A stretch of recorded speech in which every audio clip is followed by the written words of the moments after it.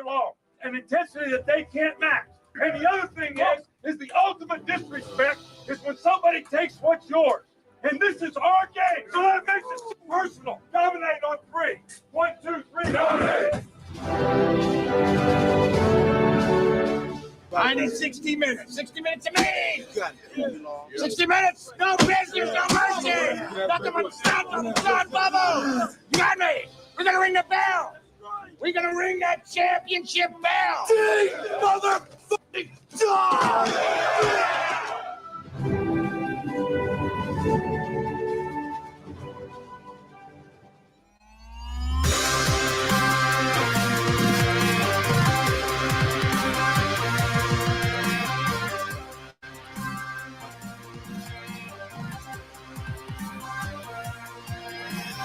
The Orange Bowl is on Mitch Jeter's leg. Good snap, good hold, kick on its way, and the kick is good! Yes! Mitch Jeter, with 7 seconds left, gives the Irish a lead, 27-24. Notre Dame is on the precipice. Notre Dame has won the Orange Bowl. 3rd and 16, Mahomes roll it out. Looking, firing, intercepted, picked up by Cooper DeJean, gets a block. DeJean is in, touchdown. The Philadelphia Eagles have won Super Bowl 59. They have beaten the Kansas City Chiefs.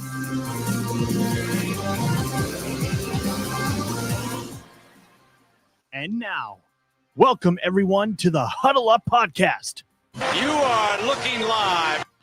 Hello, everyone. Welcome, Huddle Up Podcast. We are live. It is the last day of September 30th, 2025.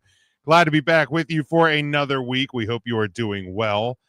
Please make sure you like, share, and subscribe to the show across all of our platforms. You can get us on YouTube, Facebook, Blue Sky, and TikTok at Huddle Up Podcast. You can get us on Instagram at Huddle Up Podcast Inc. You can get us on Twitch at Huddle Up Inc. You can also grab our merchandise over on the TeePublic store, which you'll see there. Some of the merchandise offerings that are available. They're on the screen at this time. Also, you can go ahead and just click the QR code that's covering my pretty face right there. That will get you right to the TeePublic store. If you want to get to our YouTube channel, you can do the same. Click on that QR code there on the screen at this time. As I bring in Sean, I bring in EJ. Sean, how we doing this week? Oh, this week's doing great, man. Had obviously the big win down here in Tampa. Not quite the finish we were hoping for, but that's why you build the lead in the first place. So it's been a fun week for me here in Tampa so far. Of course, the Phillies with the week off, no pressure there.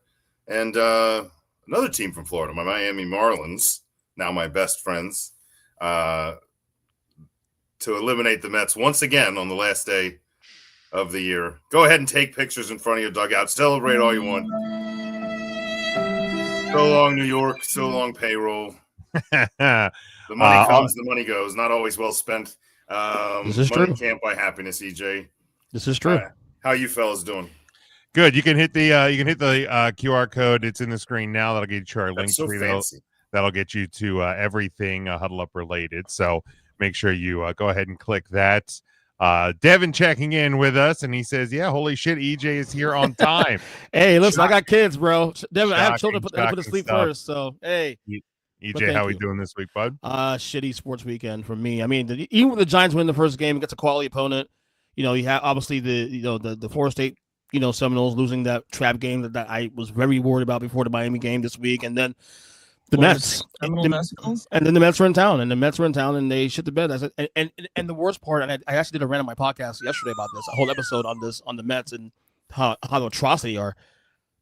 Even with that, they even got the help. The Brewers bench all their starters on Sunday and beat the Reds. Had the Mets done their job, they're playing today.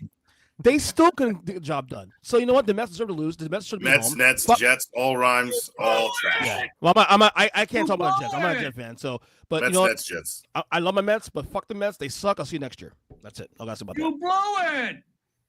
I just want to point out, EJ, that I think I tagged you in the response that I think it was back in July. You were very braggadocious That's not true. that the Mets were No, on. I was, bro. That is bullshit, Jimmy. And you know why? Because even in May, when they're playing great baseball, I told you, and I said this on air. Thank God I have the show to reference this to. I was still worried about this team because the pitching I felt would not hold up. Like, as great as they were playing, because Soto was playing like shit, but the rest of the team's playing great. And I said, okay, this is a good start, but I don't know if this pitching can hold up. Now, I didn't think I thought this would make the playoffs. The Phillies win the division, not a surprise. I had the Phillies win the division when the season started. That's not a surprise.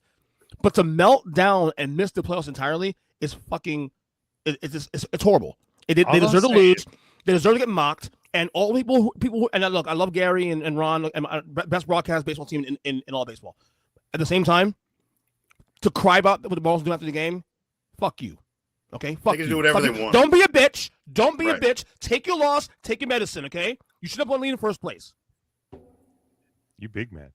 You It should have damn never fucking come right, down big to the man, bro. last day. Big The man. fact that it even Second came biggest down player to the in last baseball. day. Same was insane. it's pathetic. Okay, I get losing the East, but losing to miss the playoffs entirely, fuck out of here, bro. And then you're gonna bitch about like a little girl? Fuck out of here, bro. Next. You big man. I'm just saying, on June 5th, What did I say, June 5th? you But were don't EJ. you had retweeted something when Pete Alonso had a huge night and the Mets were on top of the world. What did I say? You just posted like a polar bear. Okay, so I can't be accepted by my team, but doing good things. I didn't. No. Hold on. That's not Hold on. okay, there's more. Hold on. Look, Oh, don't more, be mad okay. at me because the Mets blew it. I said to you that day that, and I quote, still won't make it to the NLCS. And you got snippy with me. What did I say? You brought up my Orioles and the fact my Orioles are bad. I know my Orioles are bad. I never hide behind the fact my Orioles were bad. But you were all happy. June was great as a Mets fan. Look. You know what? I remember that day now. I think I didn't get laid that day. That's why I was a little moody. EJ, all I'm saying is I tried to tell you, but you wouldn't listen. Listen. that's It is what it is. all I'm saying. You know, Here's the thing about me, Jim. Here's the thing about me, Thank you, Eli. Here's the see, thing about even me, your you kid understand. told you. Here's the thing about me, Jim. I will take my lumps. I will always take my lumps. Okay, if my team fucks up, I'm the first one to tell you how they fucked up. The Mets, they fucked up. They're an absolute atrocity. Like I said, I did an entire unfiltered episode yesterday on this, ranting on that. They're an atrocity. I want to hear about the Mets ever again until fucking at least winter meetings. There you go. There we go. Let's talk football. Let's talk football. Let's do it. Because for some of us, look, Sean's NFL team didn't lose this week. EJ's NFL team didn't lose this week. Well, my NFL team lost this week. You won. No, I'm sorry. That's a win. They didn't lose. They didn't lose. They did not lose this week. Agreed. Sean, would you agree that if you look at the results and how it played out, it's really a Cowboys win and Packers loss? You think about it? Oh yeah, it's infinitely I mean, worse let's be real. I hear what you're saying, but no, that tie's stupid. No, the tie is stupid. That's what I'm saying. But who feels better about that result? Jerry Jones. Exactly. He's the There you only go. excited person. You made my point. There you go. Exactly. He's The He's Packers the feel only worse. person excited. His comments after the game were they were insanely and now it all makes sense and you can see the picture and this is why we play all that. I'm like, you didn't win.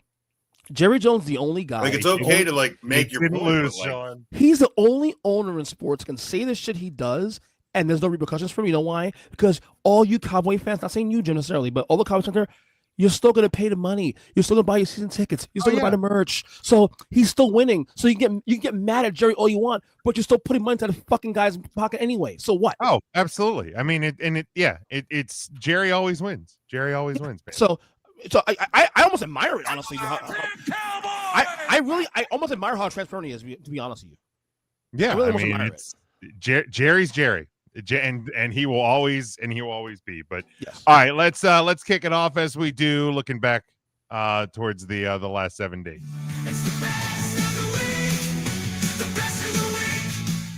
All right, so we look back at the week that was, and what some of the best things that we saw over the last 7 days in the world of football. Now, as we get into playoff baseball, obviously if a team we enjoy does well, we can always bring that up, or if a team like the Yankees loses, we can enjoy that as well. But go Mariners. I'd be fine with the Mariners. But EJ, we'll kick it off with you. What was your best of the week this past week? This is gonna sound really fucked up, but follow me here. So the Ravens, I'm concerned about the Ravens, but I'm not concerned about the Ravens. You know what I mean? Okay. And that's even with the Lamar Jackson injury. He's probably gonna miss 2 to 3 weeks. They're saying. Look, there are concerns that are mostly internal. Because even if the shoe for, let's say they were 3-1 still. What do we say? What did I say before the year started? And even after week 1, we lost to Buffalo. That nothing they do between now and January matters at this point, as long as by January they're winning playoff games and going to Super Bowl.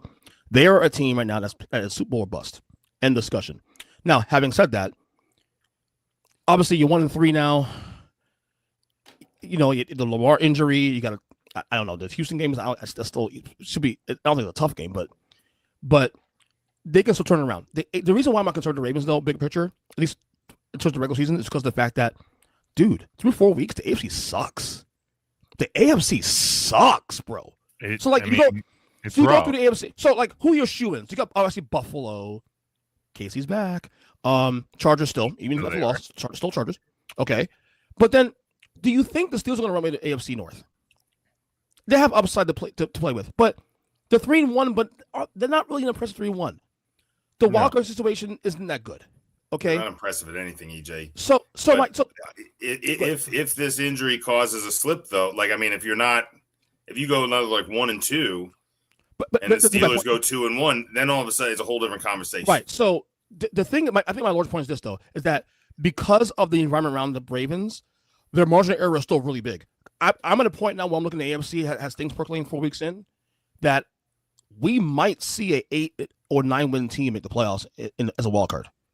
So you look at the schedule. So let's play numbers here. So they're saying he should be out 2 to 3 weeks. Next 2 games for the Ravens is the Texans this week, and then the Rams week after that. Then a bye week, and he should be back for October against the Bears. Their schedule gets easy. So if they can at least get one more win between the next 2 weeks, and you get him back after the bye week, they play the Dolphins, the Vikings, a couple softies in there. So they have a lot of wiggle room to make up some ground.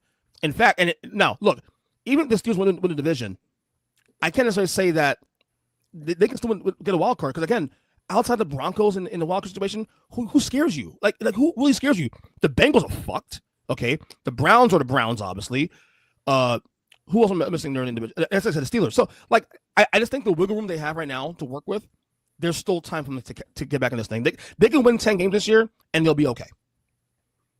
Yeah, I mean, now if you all of a sudden if you lose to Houston, this Sunday is a big game for them in Riptide Rush, because you're probably going to lose to the Rams and then go into the bye week. But even with that, I think even if they go 1-5, you get Lamar back. Unless teams start really getting it all together after the top teams in the conference, I can't cut them out this yet. I just can't. No, I don't think you can count them out. So they would have to, for your 10 wins at 1-5.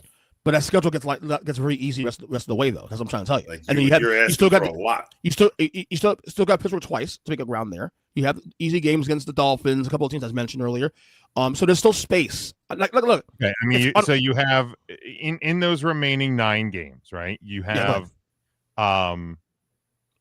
Minnesota, which, good defense. If McCarthy can get cooking, you'll have some players back off injury. Man, I'm with EJ. You have Minnesota, you have Pittsburgh twice, you have Green Bay. I hate to say it, but I think I'm with EJ. Now look, all of a sudden I look. I mean, I'm not saying that they're in a good spot. I don't think they're in as good of a spot as EJ thinks they are. Right. But I mean, if you're just looking at that schedule and ability to knock 10 wins out, this is all contingent on it actually being. They got to do their job, obviously, of course. But I'm going to space for them to make some ground up. That is a small window of error though, because your losses, let's say your absolute losses are one against Pittsburgh and when you play the Packers, right? Let's just call those the losses, which you can certainly win those games. but let's call those the losses. That means you like, yes, there's some easier games out there, but that means like also, Pittsburgh once, New England once. EJ is also the guy that loves to talk about divisional optics. Wins. Like EJ is the guy that loves to talk about divisional optics. So you play the Browns, you play the Bengals twice. One of those games, maybe Joe Burrow's back for. Maybe they make a trade for another quarterback. Who knows? No, actually, the one of the Bengals games are without Burrow. I know for a fact because in November. I know that. Right, then the next one is in December. So like, who knows? I think one of the last 4. Yeah, December 14th. Let's be real, Jim. If the Bengals are fucking falling apart, like we see right now, they may not bring him back. What's the point? Well, right, but that's also my point is like if the Bengals happen to lose again this week, maybe they make a trade for a quarterback. Because right now, you'll see the rankings. They are one of the worst teams in football right now. I'm okay with saying that. They're fucking terrible. They look very bad. But in the same time, they have a better record than the Ravens. So by your account, if you can go out and get a quarterback, maybe you get right back in the mix as well. But so to your best of the week is that the Ravens are not dead. That's your best of the week. Yeah, I said they're not dead because of the environment. Okay. Again, they got to do their job, but there's room for them to catch ground, and based on their history, based on who they have, it's likely they may still do that. That's all I'm saying. All right, Sean, your best of the week. Well, I was saving what I feel should probably be the best of the week, and I hate to hand the best of the week to a divisional opponent, so I won't give it to the Giants anyway, despite the fact that EJ didn't take it. I thought for sure I'll let you do it. I'm gonna give a quick shout out to Jackson Dart and say very impressive young man. But I'm gonna give my best of the week to my plan B anyway, and I'm gonna go with the Jacksonville Jaguars. I felt like the Jacksonville Jaguars. Did Trevor Lawrence have a great day? No, but did he give the ball away? Also, no. And to be honest, like we.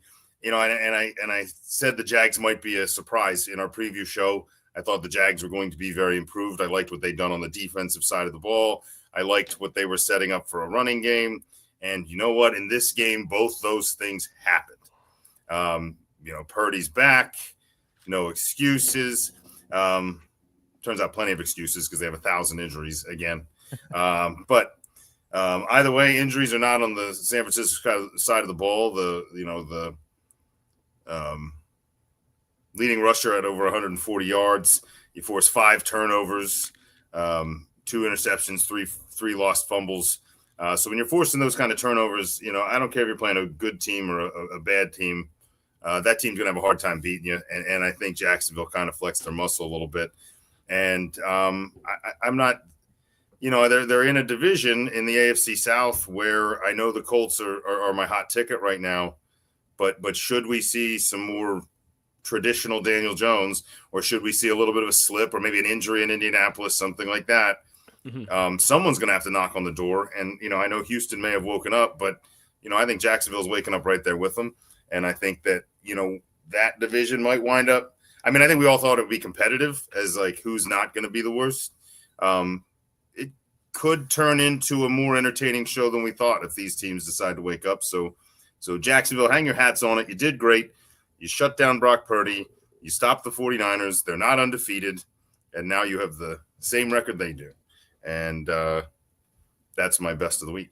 Yeah, I'm not ready to say Houston waking up, beating a listless team. It was a loose term. Like beating a bad team, also staring at you, Kansas City. It does not mean that you're back or waking up. We'll let. Wait, so sometimes what's the bad teams in New York and bad teams in New York or bad teams in Baltimore? Yes. I'm not ready to call Baltimore a bad team just yet. But sometimes, James, your schedule that hands you a defense get is right bad. game. That defense is playing poorly. Okay, the Chiefs' offense has not been good all year. They play a bad defense and they look pretty good. Like the Bears, the fucking Bears looked like a tremendous offense because they played the Cowboys. The Giants and Russell Wilson, who's no longer a starting quarterback, looked like a great offense against the Dallas Cowboys. That's true. Show me against a team that has a decent defense. Like Kansas City, you play Jacksonville and Detroit in the next 2 weeks. Show me something against those defenses. I'll start to believe that you might have started to right the ship. Well, they are getting healthy right time, though. They're starting to get healthy. So right. Well, sometimes your schedule hands you the get right game, and what you do with it is up to you. And, sometimes getting the air under your sails. You can't get the sailboat going, but you get a good gust, a gift from the gods, so to speak, and then sales go up, everything's going, and you're back to normal. And do I think the Chiefs are necessarily back to normal? No. Do I think they're a top 10 team? More on that later. But I'm going to acknowledge that they at least have some life, and that's should be a little scary for everyone else. Keep your eye on it. But I'm with James too. I don't think the optics of that game are as realistic as people, because he's right. Not only do the Ravens have a weakened defense from other years, like it hasn't been performing super admirably. But then they lost some key pieces mid-game too, not just Lamar Jackson. You lost some real key pieces on defense. Yeah, arguably your best pass rusher. There's a lot of things that changed in the middle of that game and made moving the ball even easier. So give it to the Chiefs. They still move the ball. You still got to complete the throws. You got to make the plays.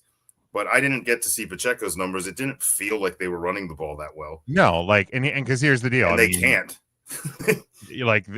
So, but. Like I said, show me a little bit more. I'll start to believe it a little bit. 35 yards for Pacheco, by the way. 35. Back to your Jack's point, though. Think about this, dude. Like, they haven't really been. They've kind of been not really that impressive. They're not really a team that's like off the screen. Like, oh my god, the Jags are doing this and that. But they're literally like a play from me 4-0 right now. Like they should have beaten Cincinnati. They got screwed in that game actually. Yeah. So they're a play from me 4-0 right now. Yeah. So there's really not a lot of teams who have jumped off the screen as being great this year so far. Philly, but again, Philly gets the benefit of the doubt because of who they are. Sure, yeah, Jacksonville will not. So, who they are.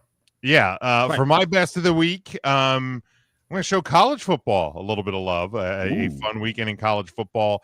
But the best thing I saw, and you can call me a hater if you want, Dylan Thienemann's second overtime interception to give the Oregon Ducks the win over Penn State, delivering that steak of disappointment through the heart of Nittany Lion fans on a Saturday night in September against a very good Oregon team. And once again, James Franklin, Brian Kelly, I think Brian Kelly did say it best one time. And we're sitting here again. Talking about the same things. And for Penn State, it's more of the same. James Franklin against a top 25, top 10 opponents, failing to get the job done. The chance of Fire Franklin rained down in Happy Valley on Saturday night. So Oregon gets a big win. They move up to number 2 in the country. Penn State has more questions than answers. Great game, though. Great game. Oh, absolutely. A very fun game. A lot of good college football on Saturday. But anytime Penn State loses, we win. Right.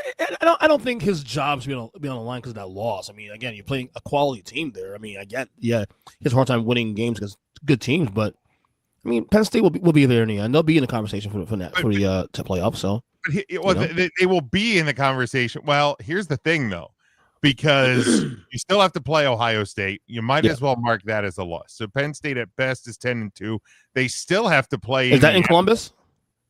I believe so, but I don't think it matters either way. Okay. Wait, so you're there. You think Ohio State is leaps and bounds better than Penn State no matter what? Yeah, absolutely. Okay. Absolutely. I don't like to give Ohio State their flowers, but no, of course, right. But you still, if you're Penn State, you still play Indiana as well. So Ohio State is home against Penn State on November 1st. Oh yeah, dead for Penn State. So yeah, but no. Here's the thing: in a capsule, I'm not saying that a loss to Oregon means James Franklin's job's in jeopardy.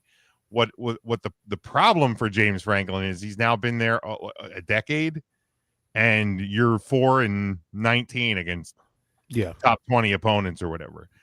That's the problem, because when your schedule has two or three top 10, top 25 opponents on it, and you lose to them regularly, and then the only time you beat ranked opponents is when you played Boise State and SMU last year, but then you lose to Notre Dame in the Orange Bowl. Like the weight of that begins to matter. Like, here's the deal.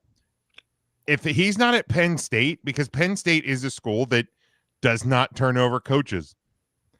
But if you're not at Penn State, Franklin's probably fired about 4 or 5 years ago, if we're being honest about it. It's possible. Yeah. But it in this college football environment, I think the voices are going to get louder, especially if he loses to Ohio State and Indiana. Yeah, certain schools do have a requirement or a quota, I guess, to meet. And I guess he's sort of met that to some degree, but then I don't know, because like obviously Alabama's like their whole thing is like you got to have a certain level of excellence to maintain. Caleb DeBoer, not even fully 2 years there, was on a hot seat from the fucking first year, you know.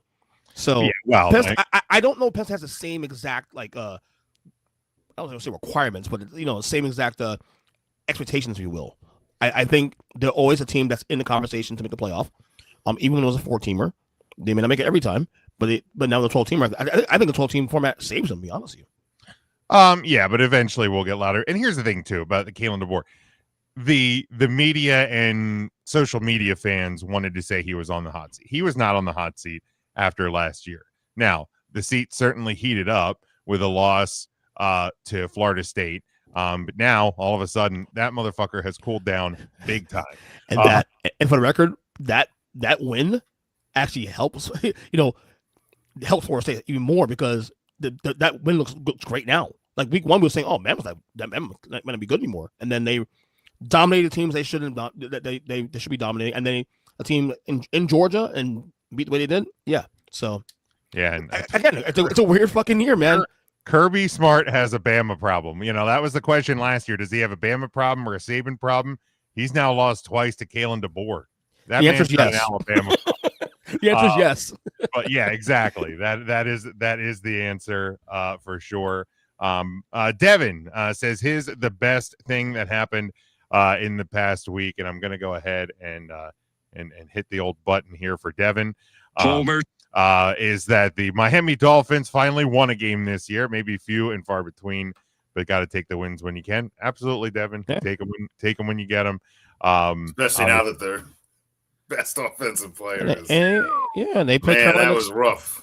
They played Carolina this week. Smile on his face though, knowing full well he wasn't going to have to play the rest of the season for the Dolphins.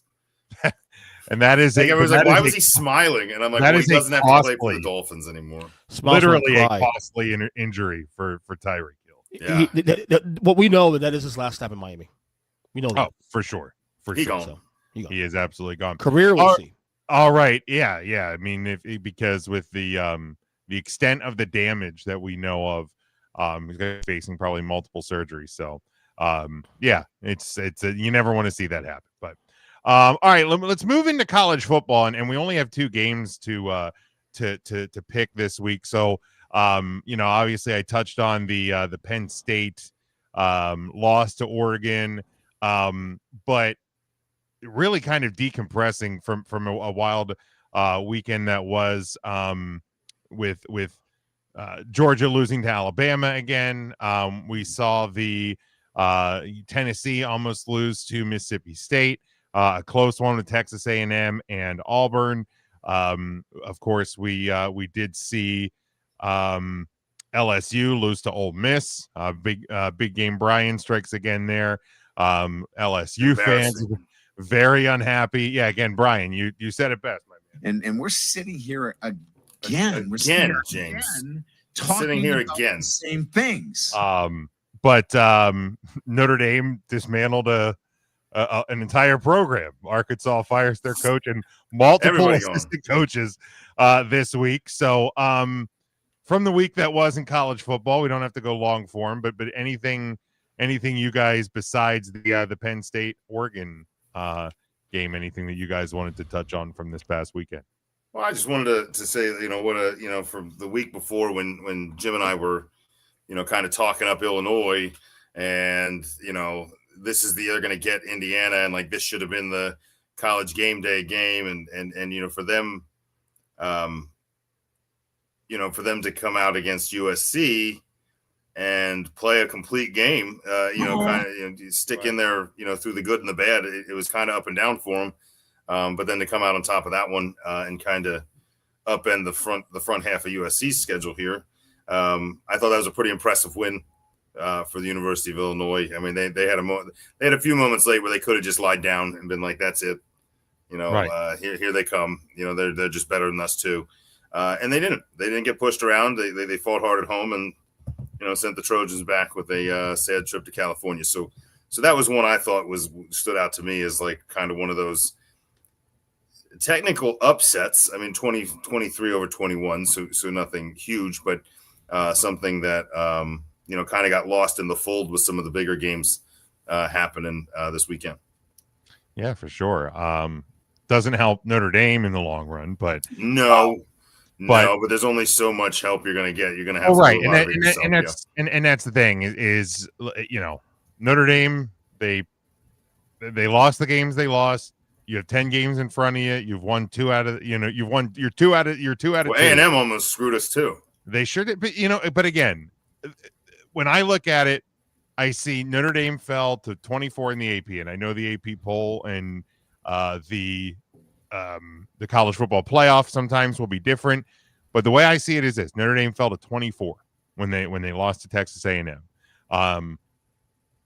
You basically have 13 spots to gain over the next 10 games because you figure you have to get to number 11 because that group of 5 school is going to get it. USF or whoever it is going to sneak in there. So you have to move up 13 spots. They're 21 this week, so they've moved up 3 spots in 2 weeks. Tennessee almost loses. Georgia Tech almost loses. USC lost. That's why you moved up. You got to win your games. That's what Notre Dame can control. I know a lot of Notre Dame fans are like very upset USC lost, which feels like such a weird thing to say. But the task in front of you is win. You did that so far. Boise this weekend. Hopefully we can do it again. In the green. That's why I'm wearing it. But EJ, anything else from a wild week 5 in college football? Yeah, nothing specific to games, obviously. Just the whole, the title of the show tonight, it applies to not just the NFL, but even college football. There's no runaways here. Everybody's in it. Notre Dame could easily get back in this thing. I don't know what their schedule is right now. I don't know what consequential games are on the schedule left, but by the time we get to November, this picture could be a whole lot different than it is now. And I just think that this season in general has been like, okay, a team loses. Okay, cool. Does that really hurt you really in the big picture? Not really. Now, if you lose 2 games, then you got a problem. But even if you lose 2 games, right? It seems like Notre Dame, you're still you lose to, how big you. I mean, Notre Dame lost to the current number 3 and number 6 teams by 4 points. If you ask me in a nutshell, who is the best team in college football? I can't answer that question for you. I really can't.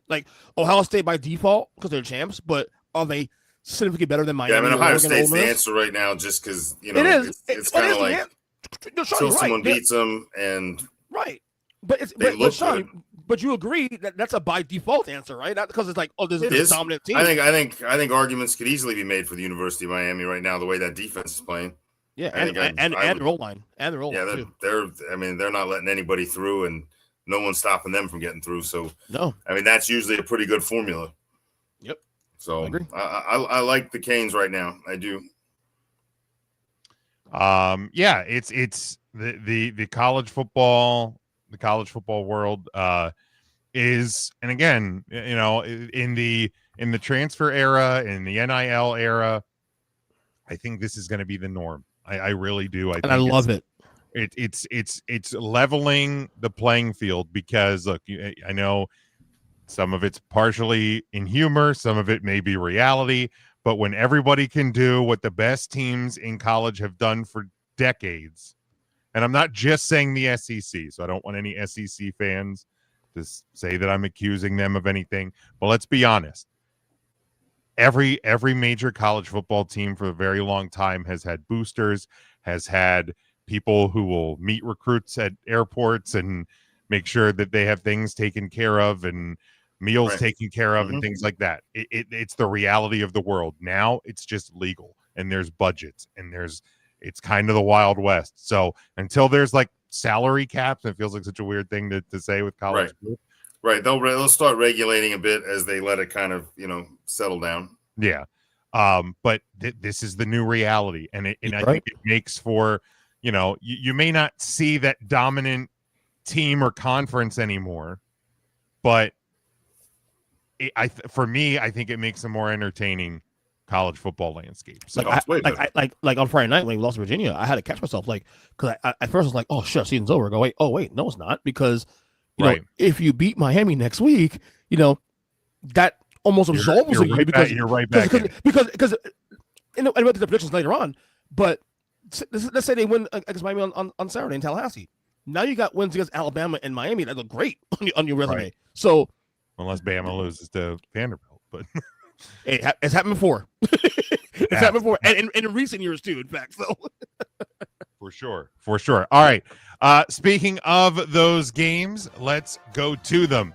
We start Saturday 3:30 Eastern. Basically, if you want to watch the biggest games in college football, lock in on ABC because that's where they are this week. In fact, I should probably play the ABC. Put a classic one, Keith Jackson. The college football on ABC music, because that's where we are at this point. We're living on ABC this weekend. We start number 16 Vanderbilt. They are 5-0. They travel to number 10 Alabama, who is 3-1, and a 10.5 point favorite. You're over under on this one, 56.5. Like I said, 3:30 Eastern time. EJ. Man, I don't know, man. I'm just impressed with Alabama, what they've done since that Florida State loss. I'm gonna keep riding this Bama train. Give me Bama to win and to cover, and give me the under. All right, Sean. Yeah, I think last week, I was able to talk Alabama up as much as I could before eventually going with the incumbent and kind of doing what EJ said with Ohio State and just taking the, by default, I'll go with Georgia. Not going to do that anymore. I'm gonna ride right with EJ. I think this Alabama team is real good, and I think they flexed their muscles even harder this past week. Give me Alabama and to cover, and give me the Alabama. First of all, give me the Alabama, and then give me the over. I think the over is the play. I feel like that's just generally the play in most college football games, big college football games. We see a lot of offense. Call me again. You can call me a hater, whatever you want. I'm not sold that Alabama is back. I'm not sold Alabama. That Georgia was great. Georgia lost to a arguably worse Alabama team last year. So Kirby has a Bama problem. So I'm going to take Vanderbilt at the very least to cover 10.5. I think they actually win the game and just continue the chaos that is college football so far this year. SEC just starts crumbling. Let me ask you. Everybody's the light, right? Let me ask a question, Jim. What would it take for you to buy in Alabama? What would it take for you? Probably, just another win this week, and do it. Not necessarily like overly convincingly, but here's the deal: you lost in pretty big fashion to Florida State to start the year. Sure, you bounced back big wins against UL Monroe and Wisconsin, who just stinks. Like Wisconsin, this isn't that been good in a while, right? I say this isn't like the 1990s Barry Alvarez Wisconsin teams that's winning Big Tens. This is a bad football school all of a sudden. Which, by the way, is Ohio State's prep game for Penn State. This is when I looked at this. Okay, they got Wisconsin the week before. And then you have a close win against Georgia, and obviously a better opponent than you've played so far, but. Again, is it Kirby Smart has a Bama problem and Bama's just actually not that good? So Mike did text me. Obviously, he's still not able to join us. He said his good from the week was UVA finding a way to hold off Florida State. But his hot take is the Vanderbilt money line. So he has Vanderbilt winning as well. I'm not super locked into them pulling the upset. It's my prediction, but I think they do cover the 10.5. Also, Yankees dropping game one, and that is that is when they had bases loaded with no outs, and then the Red Sox locked in and got the victory. So All right. So Red Sox up 1, Cubs up 1, and Tigers up 1. Although they got a scare in Cleveland, and Dodgers Reds are currently in the first inning. All ESPN, right? All ESPN. I think the Cubs Padres was ABC, actually, oddly enough. Okay. But the Dodgers Reds, they'll be moving on to ESPN here. Disney, still Disney. Okay, cool. Yeah, goes off. All right, and then the other one, obviously EJ alluded to it a couple minutes ago. Number 3, Miami. They go on the road. Miami. Thank you, D-Bob. The 4-0 Miami Hurricanes and a 4.5-point road favorite travel to Doak Campbell Stadium. Number 18, Florida State, 3-1. You're over under on this one, 54.5 Saturday at 7:30 p.m. Eastern time on ABC. EJ. My favorite rivalry in all of sports. Of all the sports rivalries I've been betting in my entire 45 years of existence, this is my favorite one. And I'm because both teams are home teams. No, I was raised in all those wide rides back in the day. The wide rides and all that stuff. I was invested at 10 years old, 11 years old. And I'm more mad at the loss because I wanted both these teams to be unbeaten. This game would mean even more. It's still a big game. Don't get me wrong. Number 7 versus number 2 would have been much. No, bigger. But there's no doubt that Florida State wins against Virginia. They're in the top 5 because obviously Oregon losing and Georgia losing. So it would have been an even bigger game, the biggest game in probably 20 years. So that's where I feel more cheated by that because Florida State looked ahead a week. We could have had an even bigger game. Like I said, this rivalry used to decide the national championship picture pretty much. So, but like this is tough because I hate Miami, but they have been impressive, and where they're impressive the most, I just mentioned earlier, is in the trenches. Like offensive line, defensive line has been phenomenal. And if you go block for Carson Beck, he's gonna shred you. But a game like this, you gotta throw away all the strategy and all that stuff. These two teams are playing well, other than last week, playing their best they played in a while. So I'm gonna go straight homer here. Whatever. Florida State to win this game because I want it to happen. Hope, please God, please. But the easy bet here, the best bet here is the over. Just give me a low scoring here. Give me the over in this one. Yeah, absolutely. All right, Sean. Yeah, I mean, both teams obviously, having, I'd say overachieving years. I think Miami, I expected to be good, but they're overachieving even my expectations as far as what I'm seeing on the field. And Florida State already beat one opponent that's better than them, I think, all around. But, you caught them early. You caught them by surprise. And now Florida State's getting their wheels going. But unfortunately for them, so is Miami. Give me the all-world defense, all-world offensive line, Miami Hurricanes. There's a hurricane coming to Tallahassee, and it is not going to slow down for 4 quarters. 4.5, I think, is I mean, I think the bet of the game, like if it goes the way I'm thinking, is Miami with the point. Like I think 4.5 is a very easy coverable number, especially with that defense. So give me Miami with the Miami to cover, and the over under. I'll go with you on the over. I think there's a chance that if Miami's defense does what it can do and force some turnovers, I think they can slow that game down in the second half and make that tough. But you're right. I think the optics are take the over. Isn't there no pun intended? Isn't there also a literal hurricane? There's a hurricane to the east, but it's not going to affect this game. Yeah, Tallahassee's on the panhandle, so. Yeah, you're not even going to see much in the state of Florida. Okay, a chance of showers, but yeah, nothing. Okay. Yeah, it's headed north. I was like, isn't there literally a hurricane headed north? There is. There were 2. They were circling each other. Well, tis the season. Well, and of course, every weatherman in America like 2 weeks ago was like, quiet hurricane season. I'm like, well, that's probably a dumb thing. You woke that shit up. That's why. that's probably a dumb thing to say. Look, there's a bit of homerism, so it's not like direct Marge with me here. Like I while Notre Dame has to do their job, it also helps if other people do theirs. So and I think this Saturday in Tallahassee, I'm with Sean. When I look at what these teams are, and even EJ, you touched on it. When you're looking at those those battle points in a tight game, in a good game. The trenches is where it's won. I've seen firsthand, watching Notre Dame play the Hurricanes. They're really good in the trenches, and that's something that we have not said about Miami probably in a very long time.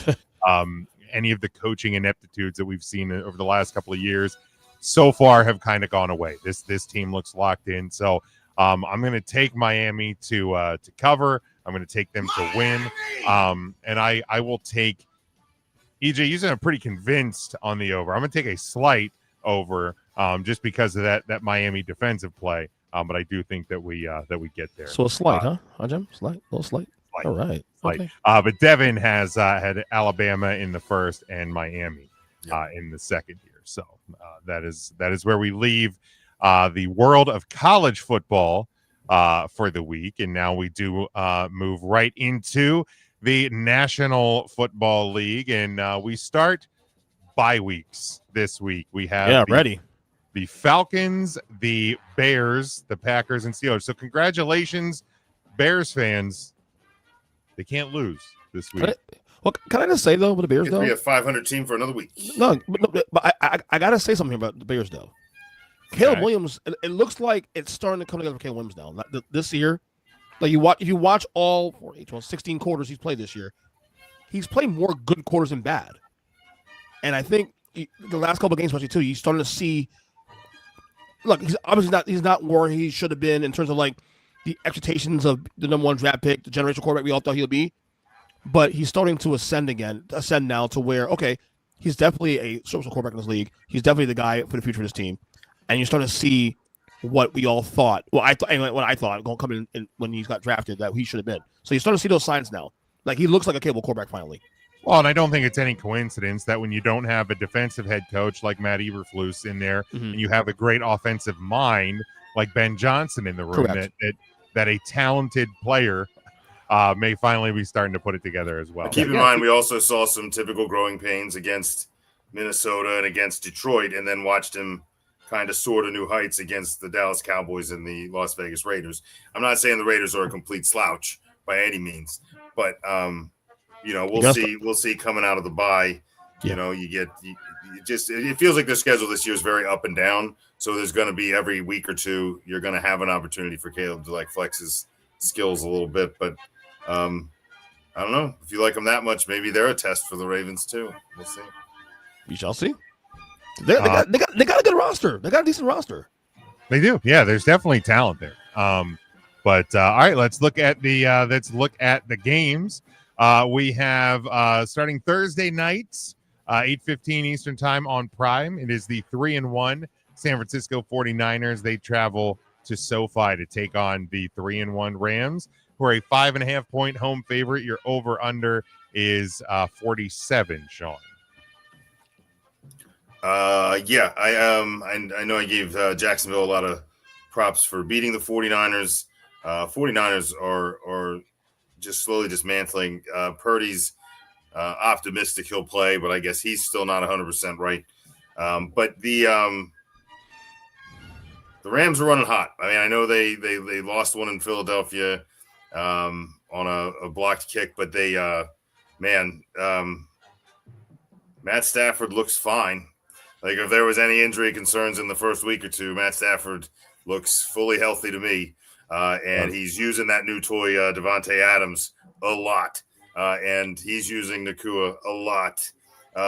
He's using Tutu Atwell, and he's using Kyren Williams tool at his disposal. And he's using them so well that you're not noticing Kyren Williams, stumbling a bit here this year. Blake Corum looks good. There's all of a sudden a two-headed monster. A bit of that two-headed monster is getting a little stronger. So I think they continue to roll. I think they took that Eagles game in stride and just kept on running. I don't think the 49ers challenged them. This is the first step to the Rams taking control of the West. Give me the Rams to win and cover, and over under 47. That's a pretty good number. Jesus, give me the over, I guess. Just because I think the Rams are going to score enough points to push that. Very good, EJ. So the first couple weeks, I was talking about how the Packers were the second best team in the conference and all this stuff, and now 2 weeks later, that's obviously changed now. Maybe the answer is the Rams, because the Rams have been the only team that even given they're literally a block field goal from being 4-0, and the only team that gave the Eagles worth of damn both in the playoffs and then so far this year. Having said that, it's weird seeing a spread like this for these two teams, because these two teams are always playing to the cuff. But obviously San Fran's still banged up. And I have a hard time betting against San Francisco. Not so much to them winning this game, but because I think the Rams win this game. A lot of points there, but the Rams, as you said, Sean, they're playing good football right now. And Stafford, he's dealing. Someone would have predicted this. Stafford's dealing right now, so I'm gonna do it. Just because of the optics here. I'm gonna go Rams to cover, but if you're gonna bet on this game, the best bet is the over, though. Just do it. I don't think the best bet is the over, because really? Purdy out. I mean, the 49ers literally have Christian McCaffrey. Like that. That's literally their offense right now. Wait, Purdy's out again? I believe so. I think that came. He's banged out. He was optimistic he could play. Was last I read, but it's a hand. Like I think it's like. I mean, but Mac Jones did a good job in his absence, though. To be fair. Well, that should be worse news for 49ers fans. Well, there was unloaded a crap load of money on Brock Purdy, who's playing just as good as Mac Jones.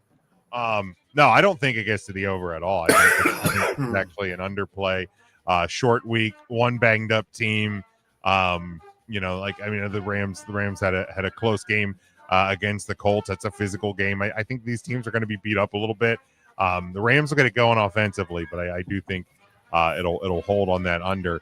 I don't look for the 49ers. The 49ers, I don't. Even though I had them in my top 10 last week, it's because I just felt like I couldn't really put anybody else in there. I don't think this team's very good. So I think their losses are going to continue to add up. The Rams are better. When in doubt, pick the team that's better. So I will take the Rams to win and to cover as well. Devin, are you okay, dude? You're just putting random NFL teams in the comments. Yeah, he's just throwing. Well, he did. I mentioned Jacksonville, and he did that. And I was talking about maybe Chicago. He's like dozing off. Look, we've all had a bet. We've all had. He long just comes days. in. He's like, "We're picking a Bears game." Bears aren't even playing. Bears pick the Jags. We're not picking a Jags game. The Jags are not on the docket. Okay, all right. He doesn't know the docket. I'll forgive him on that one. But he thinks the Jags will win this week. Well, that Jags game should be pretty interesting, though, against the Chiefs. I will say that.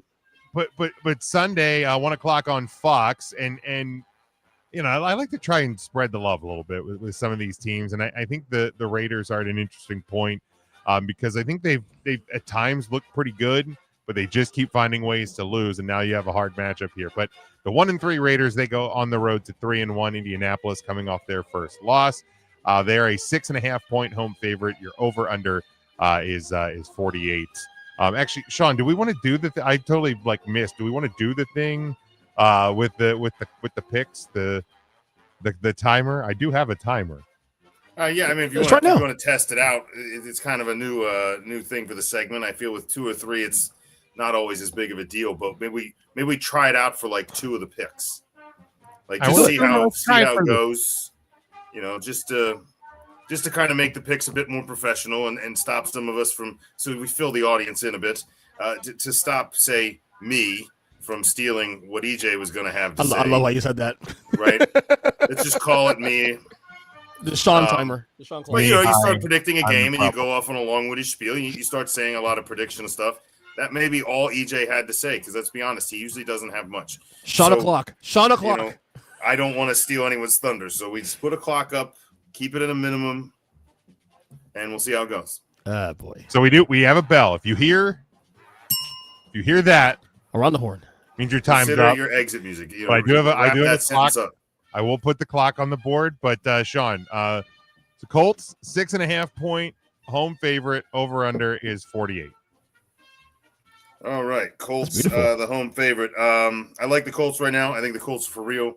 I think Daniel Jones had a bit of a slip up in the last game, but I still don't think as a whole he played poorly. And I think, this is a nice game to kind of bounce back from that. I feel bad for Geno Smith out there. I don't know if Geno and Pete have just been too good of friends and just love each other too much, but I hope the Raiders can turn it around because I like when they're good, but not this week. Colts win, Colts cover, and that game's staying under. right, very good. All right, EJ, same thing. Colts 6.5-point home favorite, over under 48. I gotta tell you though, like even after the loss, I told everybody like this is the game I want to see if the Colts are for real. And even in the loss against the Rams, I still feel good about this team moving forward. Like there's things I saw there. Look, they beat themselves on Sunday. They beat themselves. So, look, am I ready to call them a Super Bowl contender? No, not yet. I gotta see more. Are you saying the Rams are almost 2-2? Say again? I'm just kidding. The Rams are only a block kick from being undefeated. Now they're a Danny Jones mistake from being 2-2. No, I'm just saying the Colts they showed some things here that are sustainable. And Daniel Jones he didn't play that bad on Sunday. Like obviously he took up picks during there, but tough environment, of course. I get it. So the Colts, look, listen. The Raiders. I bought in the Raiders after week 1. I thought, okay, that's a big win against the Patriots, on the road, and then they've fallen the cliff since then. I mean, they had a close loss to the Bears, but still, I think the Colts bounce back here at home. They're going to cover 6.5 points and give me the over. But man, did Genty come alive? Woo! Didn't he? Oh my God! How much touchdowns had? All of them. All of them. Yeah. He's still scoring touchdowns. Yeah. He just scored another one, actually. Just now. He beat the Yankees. And that's a win every day. Yeah, for me, look, I think the Raiders, they even in defeat have looked better. That's the Pete Carroll effect. I think they're going to continue to look better. I think you draw a hard spot here. You're getting a Colts team coming off the loss. They're feeling a little bit of heat, I think, from Jacksonville behind them all of a sudden. You're coming back home. I just think this is a bad spot for the Las Vegas Raiders. So at home, I like the Colts to win.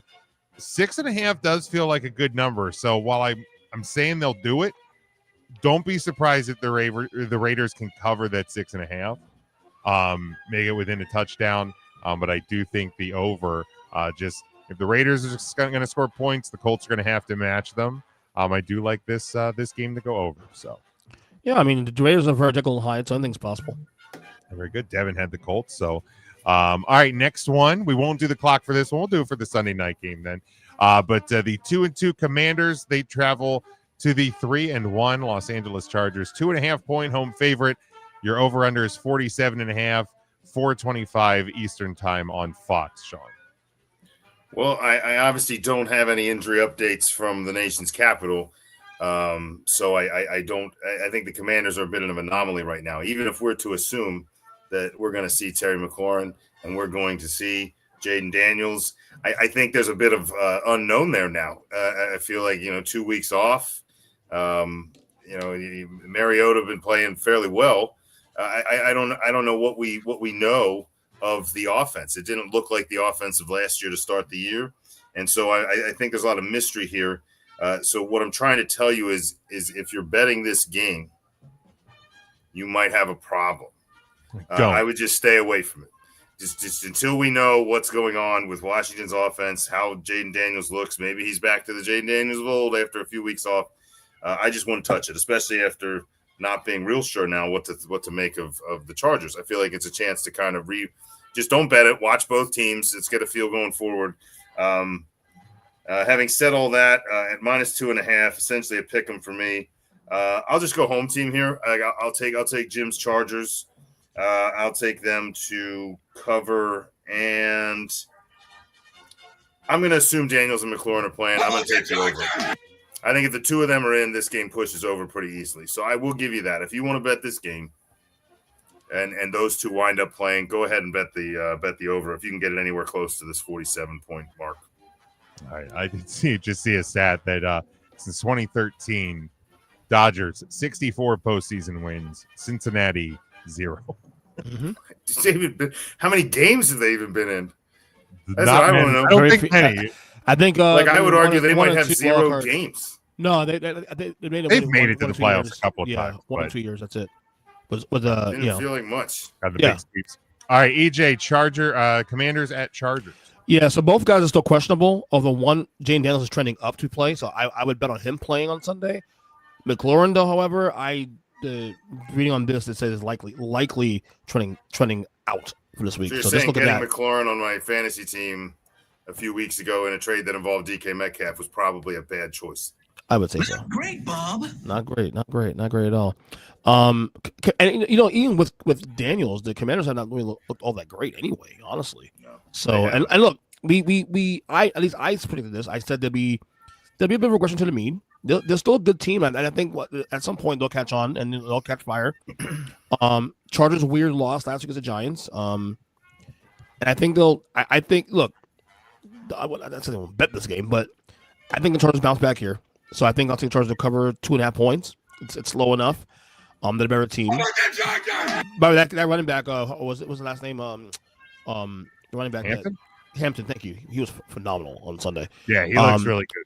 He looks really good. The Commanders defense is still really shaky. So if he could, it was actually a really good weekend for the top, like the proverbial top 3 backs, because I know Judkins slipped a bit with some off-the-field issues, but I think it was pretty unanimous that he was the 3rd best running back available if all things were even.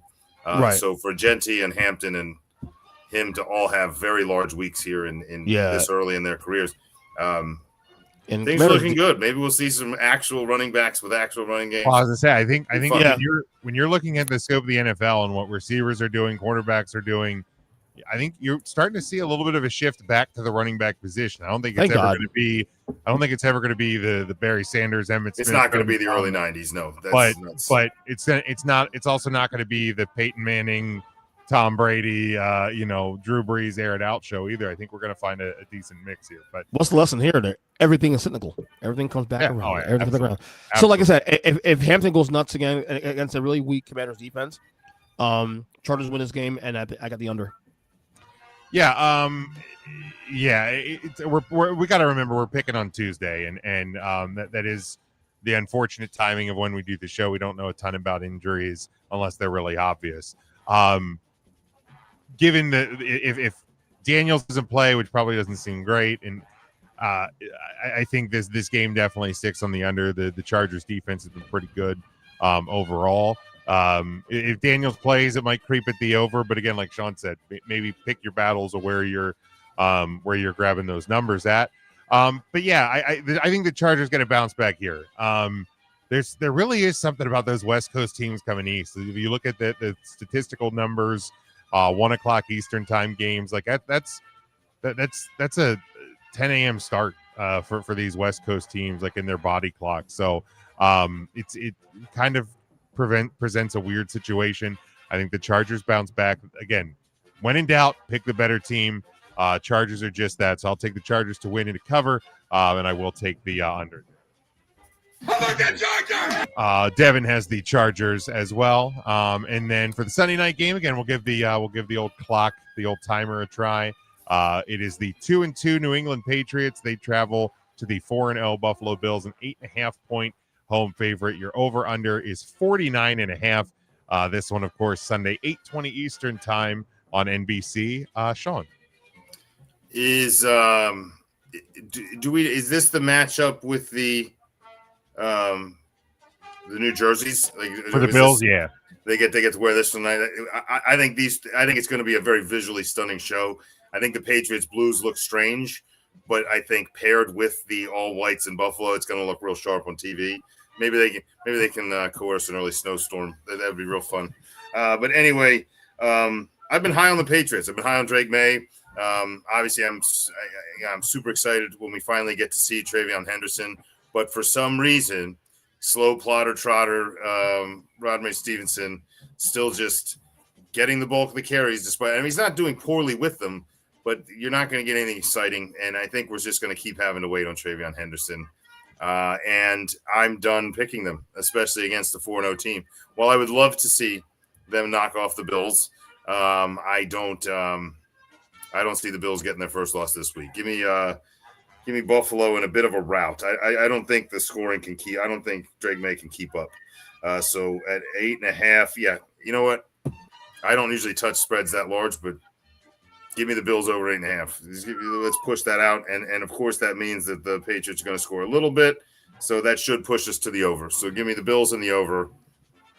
And I'm almost ready to lock that up. I'm not going to do it, but I feel like that's, for a spread that large, that's as good of a feeling I've ever had with an 8.5 spread.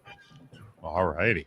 All right, EJ, same thing. Patriots at Bills. Bills, a 8.5-point home favorite. Over under is 49.5. So unlike Sean, I didn't come to the year high on the Patriots. I was very, very befuddled as to why Vegas had 8.5 wins. Like what happened here? I know Mike Vrabel is a great coach, but why 8.5 wins? And I haven't really been impressed most of the year. And then they dominate Carolina this past Sunday. I'm like, okay, I'm seeing some things there, but are they still a good team? I'm still waiting to see that. Divisional game here, of course. There's the concern I have with Buffalo going forward, though, is that they're a really good team. They are a Super Bowl contender, no doubt about that. Josh Allen, best quarterback in football right now, no doubt about that. They just don't know how to put teams away. It's because they don't have a defense, EJ. Right. And so they need Josh Allen to score 40 points because they can't stop anything. And this is why I have a hard time buying the Bills to being overall like people go to the Super Bowl. Like they're a really good team and they're capable of doing it and they have the quarterback to do it. But they are still to this day way too Josh Allen reliant. Again, look, they win this game without a question. I'm not worried about that part.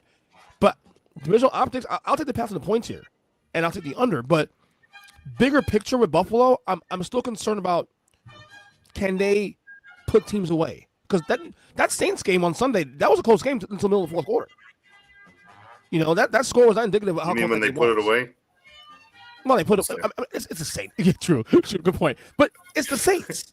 That game should have been close. Yeah, in the first place. Worst team in football. You know what I mean? Well, not anymore. I think the Titans had that one locked up now after this week. Honestly, but yeah, I want to see Buffalo play a full 4-quarter game this week. That's what I want to see. Can they put it all together? So, but give me for now. Give me the pass on the points, but give me the what did I say? The under. Said the under. All right. New England has scored. They've scored under 20 twice, and they've scored over 30 twice. So like weird, right? It's weird. I guess I should put the clock up for myself. But Buffalo, they're putting up 30 plus points a game every week. So that 49.5 is a really solid number. But because, like Sean said, Buffalo doesn't have a defense. The Patriots are still going to score points. If you touch this game, take the over. That's the play in this game. And you have Stephon Diggs in a semi-revenge game, so they're going to try to heave the ball. This one feels like a pretty easy over, and it feels dirty saying it. I'm kind of with EJ here on the 8.5. Like that is a gigantic number for a team that does. And I've said it for at least the last 3 seasons that the Bills are a team who will look really great for like 3 quarters. And there's 1 quarter where they can't put it away. And I think that's part of the reason against the best teams in football, they don't get the job done when it really matters. But against teams that are lesser than, they will also stay closer to them. Like that 41-40 game against the Ravens was flashy and fun. All of a sudden that looks a little shaky when the Ravens are 1-3 as well. So Bills, really good team, but I think the Patriots with Mike Vrabel, all of that, I think, I like them to cover the 8.5. Now, if that number tightens up towards the end of the week, I'd feel a little more confident going towards Buffalo. In fact, it already has, because as of like an hour ago, it moved to 7 points. So there's a lot of pass coming in. It'll move. If you can still find it somewhere at 8.5, take it and run with it, because that will tighten up as well. So that is where we leave the predictions. They need to get that Pats money now so that they can bring the number down and get all the Bills money. There you go. Yep. Exactly. It's literally a money game. Devin had the Bills as well in this one. But now we move on to the power rankings for the week, and I will put them on the screen. We will start in the bottom 5, EJs. Whenever you are here, we will still give you the lead first. Who are your bottom 5 this week? All right, for my bottom 5, 23-2, 28, I have the Bengals, 29, the Panthers, 30, the Jets, 31, the Saints, and 32, the Tennessee Titans. There you go. I do have Mike's. He has the Dolphins at 28, Browns at 29, Titans at 30, Jets at 31, and the Saints at 32. Sean? Well, I am glad to see that my Browns at 28. I almost had Baltimore there. So it's good to see somebody jump that. I just thought that since they beat the Browns, I had to put the Browns here. But I give me the Browns, and then 29, I got the Dolphins. You can win the games now, but now you're down a player, and you still stink. Sorry, Devin. You've delayed a lot of the inevitable. So yeah, enjoy this one while you got it. Then I put the team they just stomped into the ground, the Jets, who I think are trending lower. I feel like EJ might be onto a little something. I think the Saints may run. Yeah, the goddamn Jets might. The Saints are going to start to rise here a little bit. I think they're building some steam. So I think you can see Titans, Jets fending things off down here at the bottom. But I got the Titans at 31, the Saints at 32. Yeah, I have the Ravens at 28, Panthers 29, Jets at 30, Saints 31, Titans 32. Here's the funniest thing about the Jets, and I'm not saying they don't deserve to be one of the bottom five teams in the NFL. They have lost by 6 points, 2 points, the 20-point loss to the Bills, and then 2 points to the Steelers. Like they've been. I'm not going to do the EJ thing where I say they're like a couple of plays from being 3-1, but like they're 0-4, but like they feel like they're close again. They obviously have a new coach, new quarterback. There's a lot of new pieces, a lot of new moving parts. Like I think that if the management doesn't panic on the Aaron Glenn coaching regime there, I think in the long runs, I think the Jets, I'm not saying Super Bowl. Well, he's going to have to because he's not going to get help from that management. We've learned that historically. Right. But that management is going to do their best to screw him. I think that locker room loves him, though. You can tell they respect him. Yeah, I think so, too. And I mean, you're seeing frustration from the guy because I think you saw Gardner a little frustrated yesterday because I think it's more that, like, he's not getting calls that other players in the league will. It's not frustration with the coaching staff. Like, I think that the players like him. So if they give it time, I think the Jets are become a better team. Like, because they're close. They're close to getting wins. Well, for the first time in years, like the guys on the Jets that are pointing fingers are pointing them away from the organization. Like they're pointing them at officials or at other teams or at like, rules or at it's not Adam, my coach or my quarterback or my owner or my my paycheck, whatever. It's they all seem pretty content to be a Jet, which is strange. Yeah, it's not Adam Gase doing the million-yard stare into the camera. It's not Aaron Rodgers hiring I forgot that guy existed. Like I think that organizationally they're a lot more solid, but you got to put them there. And I put the Ravens there again. Are they actually one of the 5 worst teams in football? No, but optically, it really kind of looks crappy in Baltimore. But if I walked in and was like, I just came back from the future. I came back from week 15. The Jets are still winless.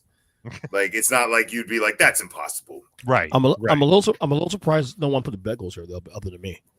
Because the Bengals they have shit the fucking bed. They look bad. They look real bad. They were one of the candidates to be there. I mean, I got to put the winless teams there. The Titans are sinking, right? The truth be told, I think when you look past like necessarily the next 6 games, the next 12 games, I still like what the Titans have there. The wheels aren't moving. Like we're trying to figure it out. Calvin Ridley sucks. We were trying to figure a lot of things out there. Cam Ward, like he said, we asked. Yeah, he's right. I mean, dude. By the way, props to Cam Ward for like coming out and just like as the young kid, the guy that's like, you know what, if I'm gonna be a leader here, I'm just gonna say what I'm thinking. You know what I mean? Like we stink. Like we are not good. Like I probably should have had that soundbite on the board because it's a great sound. But the thing is, Jim, the thing is though, we kind of knew this coming to the year though. Like we knew with the Titans that the goal here was let's see how Cam Ward develops. That's the number one thing. When I had said when the year started, like the 2 worst teams in football are going to be the Titans and the Saints, and it's playing out that way. The priority here is development. That's it. And I think bigger picture to be fine. I've been okay with Cam Ward so far. I mean, he has no help, but the little I've seen of what he's done, it's been okay. But it's a bad situation now. It will get better. It will get better. I think he's done for what he's been thrown at so far. He's done okay. Yeah. Look, we knew the Titans were going to be there. Here's the deal. for me, I don't think the Bengals are that far off. And if you come out and get your doors blown off again this week against Detroit, and by all accounts you probably will, Probably gonna happen. You're probably going to find your way in here. The reason I put the Ravens at 28, and not the Bengals or not somebody else is, this past week felt like somebody was going to have a get right situation with two good teams that are in bad spots, and Baltimore looked bad. They're bad defensively. There's no other way to talk about that. They're bad defensively. Well, I think we can all get behind that after that first game of the season where everybody's like, look at these offenses and look at these quarterbacks. I think that scoring affair had as much to do with, like, look at these two sieves they got to run through. Well, right?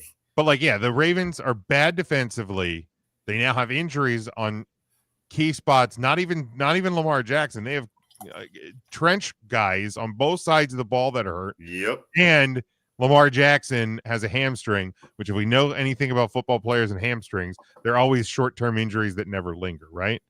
Question for you guys: If it starts, the trouble with the hamstring is if it starts lingering, it's hard to really call it and be like, well, now it's going to be too much. It's always then day to day. It's just this long. But like, if it looks like it's going to be longer than 2, and let's say the Ravens go 1-1 in those games, are the Ravens a candidate to get on the horn with the Atlanta Falcons and ask for Kirk Cousins? I would say possible. Because I think like we talked about it with the Browns or the Bengals, and we're talking about how their offensive line's not good enough. I think the Ravens might have a good enough one to keep him upright more than he's down. And they have enough weapons in the type of receivers he likes. They got some good tight ends. I feel like Are you also making a call for the Giants and either Jameis or Russell Wilson? Probably Russ. Jameis would be fun. Get Jameis somewhere. If anything, Russ, because with Russ, I think Jameis should be a Cincinnati Bengal. Also, I think so too. I agree with you. And if he becomes a Cincinnati Bengal, everyone with Jamar Chase is going to win their fantasy. Jameis Winston in a city that's famous for crabs. The story writes itself, folks. The problem with the Bengals though is that even if he goes to Cincinnati, it's bigger than Browning. The line sucks. The defense sucks. And I see Dan's point. Yeah, there's time here. 6 starters out on D by the end of the last game. Yeah, I think so. Something pretty cool. Yeah, 6-ish. Yeah, it's a lot. But that's why I have the Ravens in there.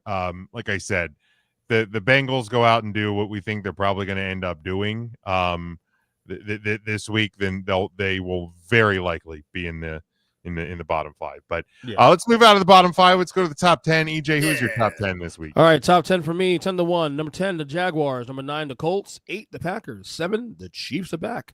6, the Buccaneers. 5, Chargers. 4, Rams. 3, Bills. 2, Lions, and number 1, the Eagles. All right, we'll talk about them then. Mike has Steelers 10, Seahawks 9, Rams 8, Colts 7, Packers 6, Bucks 5, Chargers 4, Lions 3, Eagles 2, and Bills at number 1. Screw you, Mike. Well, I gotta. Where's the? No respect for the champs. There it is. Here we go. Fuck you, buddy. Yeah, what he said. I thought he had the Eagles ahead of. I don't even remember what he had last week. He had the Bills at 1 last week. To be fair, all right. Guess beating an undefeated. Eking out a win against the. I guess winning against an undefeated team and beating the worst team in football. Are the same thing. All right. Anyway. Go ahead. Anyway, I stuck the Jaguars in here too. I really hate that EJ did that because that means I'm wrong. Hey, fuck you, buddy. Fuck you, buddy. No, I like where they. Like I said, I had them as my win of the week. May as well throw them in here. I have the Steelers here reluctantly. I think that they're one of the most sheepish 3-1s that I've ever seen. Mm-hmm. Looks great at times, but like big plays by Metcalf or like long chunk gains by Kenny Gainwell, which by the way, good for Kenny Gainwell. Getting some plays. Good on me for former Eagle. Super Bowl champion Kenny Gainwell. That's right. Yeah, and then I got my Chargers in here. I feel like everything from like 9 to 4. I really don't know what order I wanted to put them in. So any of these could have been in any order. I secretly like the Colts more than 6, but that is what it is. So I got the Chargers at 8. I got the Seahawks at 7, who I love right now. Absolutely love everything that's going on in Seattle. We got the Colts at 6. I got the Buccaneers hanging in at 5 after a close loss. Rams hanging in at 4. Then I have the Lions, who are just sitting there waiting to get to 2 or 1. All they need is someone to lose, and they're going to jump them. The Lions are red hot. They're going to stay hot. Then I got the Bills and the Eagles, of course, are 2 unbeatens up at the top. The Seahawks at 7. Super Bowl like champs. Jalen Hurts hasn't lost a game in like 370 days that he's played the whole way through. So let's just keep betting on Jalen. As a number 1. Why not? Just keep doing it. Bro, not one completed pass in the second half on Sunday. Yeah, but he only threw 8, which, by the way, is a tear. If you're only throwing 8 passes through the course of 2 quarters, like, you're not going to gain any kind of rhythm. And A.J. Brown's going to get pissed off. And, like, they got to fucking figure it out, man. He's like, a whiny bitch, bro. I'm sorry. He's a whiny bitch. I'm sorry. I'll give it to him, though. He's like a subtle whiny bitch. Like, he's just kind of like, fine, I'll just shut down then. You don't need – he's like, just let me know when it's my turn. I don't feel like he plays like I'd as a AJ Brown fantasy owner, I'd like to know when it's his I turn. have him in a league too. Yeah, I finally have him on my team, and he's just shitting himself. I feel like I should just trade him so that he lights on fire. I feel like that's what I need to do. Yes, please. I finally have Saquon. I finally have AJ Brown. Please trade him so when I keep him, it works out for me. It's just I gotta figure out if I gotta just unload all the Eagles, but they're gonna be fine. They're gonna be just fine.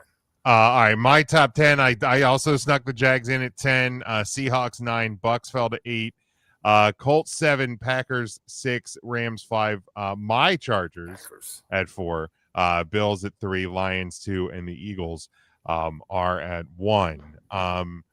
So anybody want to talk about anything specifically first? I'd like to talk about the fact that you 3 still have the Green Bay Packers in your top 10. And as far as I'm concerned, they are hot garbage. I will defend one thing about the Packers. To me, they're there because of the bigger picture. Okay, I do think they're there because I always believe in them. Right. But look, they're like garbage for 2 weeks. You're right. One question: lose to Cleveland, and you tie the fucking Cowboys without. I don't think Jordan Love looks good. I mean, the offense looked good at times in the last game, but against Dallas, everyone's gonna. Bryce Young will light the world on fire. They lost because their defense was shit. Not because of your offense. The offense was fine on Sunday. Their defense was shit. You know what I'm saying? So that's let's have a little bit of respect for what the Cowboys offense and Dak Prescott I will say this feeling so far this year. I think I texted you guys or I messaged you guys during the game and I said I was learning 3 things. And one of those was that George Pickens might actually be as good as he thinks he is. He's getting a chance to be the number 1 here, and he's getting the chance to do it with a quarterback better than he saw in his whole career. Right. And he's using it. Sean, no one ever questioned his talent. No one ever, bro. We sat on his panels for the last 2-3 years. Yeah, the guy's very talented. It's the attitude, bro. Well, he's not going to have that attitude as long as he's the number 1 and Dak keeps feeding him gems. And he wants to get paid. He's due a contract next year, so he better shut the fuck up and play well in Dallas. Well, and he needs to shut up now because that CD injury is the best thing that could have happened to him. If he damn right, you damn right it is from absolutely. Because he's going to be the highlight reel now. And look, EJ, you've seen me do it on this show more than Sean has. I've been as critical about Dak Prescott as anybody. For not living up to a contract number, for regularly failing in big spots. In a year where the Cowboys offense has to be good, if you want any chance of winning any game, take away the Bears week. I don't know what happened that week, but Dak Prescott has been brilliant for over the first month of this season. Question. He has looked every bit of that $60 million contract. And here's the deal. The Dallas Cowboys are sitting at 1-2-1. Their offense, by the numbers, number 1 in the league. I don't know that I'm sold on Javonte Williams yet. I feel like I'm. He looks good. I'm not. I mean, he's decent. He's decent. But their defense, by the numbers, 32nd in the league. So, Jim, on my podcast this week, I said on my podcast this week that if it wasn't for their mid-win-loss record, Dak is in the MVP conversation. Well, and I mean, obviously the schedule doesn't get easier for Dallas, But if they're in any sort of a playoff hunt, if they make the playoffs, and Dak obviously would, in that scenario, probably have to stay healthy, I think there'd be an argument dragging that defense to the postseason might make you the MVP. But listen, as long as you guys win 9 games this year, and I get $100 for my buddy Mario. BJ, you want to talk about the Chiefs at 7? Another home run? Fucking hey, dude. No, the Chiefs at 7 is not a home run. Yeah, that is no, back to back. The Dodgers game, back to back. Yeah, I know. Dodgers are just teeing off right now. But okay, sorry, you didn't have them ranked last week at all. Chiefs, the Chiefs. Yeah, you did have the Ravens at 7. Yeah, but man, here's the deal: if you would have put them at 10. That was my big thing. I think I probably have the Chiefs somewhere north of 15. Yeah. Like I feel like at 2-2 and sitting there with a little bit of hope, if you'd have been like, if you just said it, just had a whim, be like, hey, watch out for the Chiefs. I got them sitting at number 11. I'd have been like, okay, that's fine. 7 feels. Now, given they're right above a team that I feel like doesn't belong there. So, and you know me, I'm the Chiefs homer of this panel. Trash. I'm the big Kelsey Swift homer of this panel. I get it. To me, it was 2 things. It was not just the fact they beat Baltimore; it was the way to beat Baltimore. That style points played a large part in that. And let's be real, they are starters. They are getting guys back in the next couple weeks. They're getting Rice is back next 2 weeks. They got the other kid. Did he play this week? The other one. Xavier receiver. No, the other receiver. Rasheed Rice? No, not Rasheed Rice. The other one. Xavier Worthy. He did not Worthy. play. Yeah, he did not play. But okay, he's back soon. So but we had a Hollywood Brown sighting. We did have that. Right. And look, the Chiefs, when they still had Patrick Mahomes, dude. You know, that's what I'm saying. Like, you can't take this team out. And again, the AFC, we said earlier on this podcast, the AFC is dreadful. So just like that, the Chiefs. Well, and that's why I had them on. The Chiefs are back in the conversation again. That's why I had them on watch. But being in the conversation and being the 7th best team in football are 2 very different things. I would probably take KC. I would take KC over Green Bay, the Colts, and Jaguars right now head to head right now. They played this week. Well, Jaguars will find on Monday night. They play Jaguars, but I think they're better than those teams right now currently. Dan says, "Are they getting the refs back?" Well, they never left. Yeah, exactly. They're still there. They're just in hiding. Again, for me, if you would have put them at 10, I wouldn't even have flinched at. They have to start executing plays to get those calls. Well, they hadn't been doing that yet. You know, Jim, that the Chiefs guy here. Beating 2 bad teams does not make you the 7th best team. I mean, that bad team beat your team that's number 4. So I mean, again, we're playing that game, you know. Okay, we're not doing college football after the NFL. I understand though, but I mean, we'll apply that same logic. Look. Right, but that bad team that beat the Chargers, that was also a West Coast team playing at 1:00 Eastern time. Here come the excuses. Historically, I think they have 40% winning percentage over the last 20 years. I don't give a fuck, Jim. They're playing the fucking Giants. What are we doing here? But no, here's the deal, though. The Chargers played a different Giants team than the Chiefs did. Yeah, if we're playing that game, the Chiefs played the hapless, crusty Russell Wilson Giants. The Chargers were at least playing a guy you had 0 tape on, guy who's moving the ball differently, who's doing things differently. You have Scatterbo getting. I just say I like. Hold that thought. My wife's calling me. Go ahead. All right, back. Keep talking. My wife's calling me. But more acclimated into that offense. I love how he texts his wife and tells her, "Please call me so I don't have to defend my bad takes on this show." Again, if it was just at number 10, I would have no problem with it. Dan chimes in here: more toilets than touchdowns. Russell Wilson, yeah. But yeah, Sean, I don't. And again, I think you put them there reluctantly. The Steelers at 9. I don't like it. I maybe even thought about them at 10, but the fact they tried. I think I had them there because it's like if I have the Ravens chiming in at like 27, and I have the Browns at 28, and I know the Bengals aren't going to do anything unless they trade for a quarterback. I'm like, I may as well get them on my top 10 list now because they're going to win the North if that all happens. So I got to stop. I want them to blow it. I predict them to have a losing record, so I hope they blow it. And here's the thing: even if they don't, Aaron Rodgers might break, and then that's fine.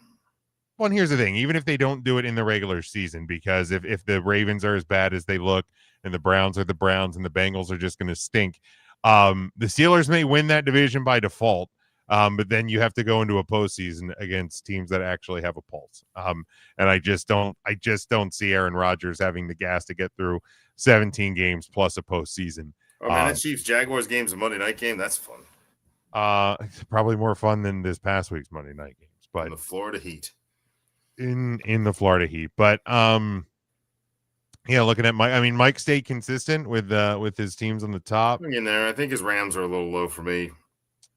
I just, he's not here to defend himself, but now I will say that he didn't have the Rams in his top 10 last week. So that's right, because I remember questioning that too. You beat the number 5 team, you jump up in, so you move up a minimum of 3 or 4 spots.